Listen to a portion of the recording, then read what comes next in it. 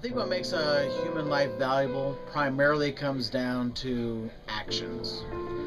And when we do it that way, we're not worried about the financial or the socioeconomic. Someone can do great things in a neighborhood where there might be people who don't have as much money. You can have someone who has a lot of money and is a jerk to a lot of people.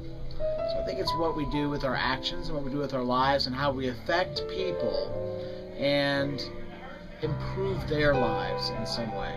So actions to me are the true measure of anyone's life, and that's how they should be measured when it comes time for the judgment day.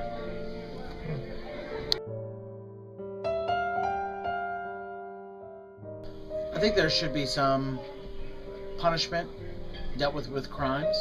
Heard a story not too long ago on NPR about the longest prison term should any be somewhere around 8 to 12 years.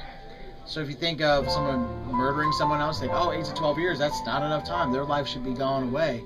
Their life, it already is away. They've murdered someone, they've killed them, they'll be living with that for the rest of their lives. They will have been locked away. They'll be labeled a murderer for their entire lives. But then again, what are they turning into when they're in the prison system? They're probably turning into something that's worse. So there should be punishments for things, but the amount of time that they're spending in prison is way, way too long.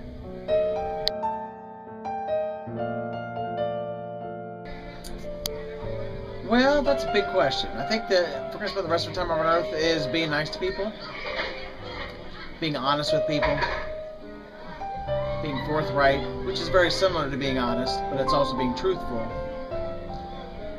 Do things for the betterment of humanity, and if you can do that, you'll make yourself a better person through your actions. Action. My name is Lauren Gardner. I'm an assistant principal at Fort Hays High School. I have been in this profession for 4 years total as an administrator, both here and in California, and then I've been working in education for 11 years.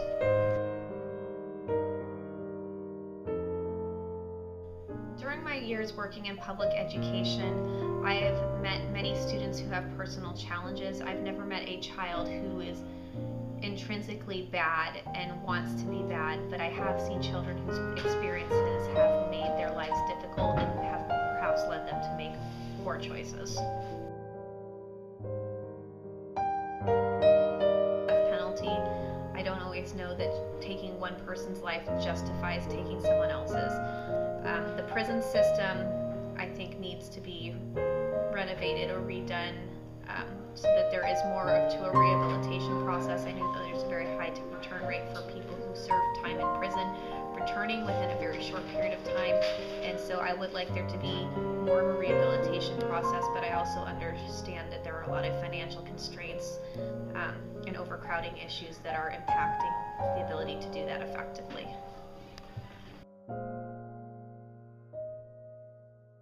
I think when people make choices that negatively impact other people's civil liberties, so murder and things along those lines, I think there absolutely has to be a consequence for that, whether it's retribution for what has been taken or whether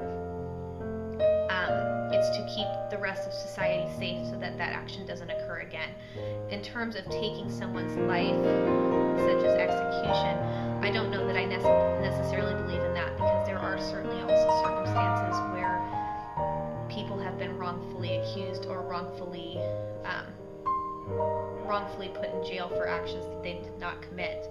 However, when people are a danger to society, when they are a threat to other people, when they repeatedly hurt, abuse, or steal from people, I do think that there need to be consequences for those actions, and if that means a loss of privilege, then I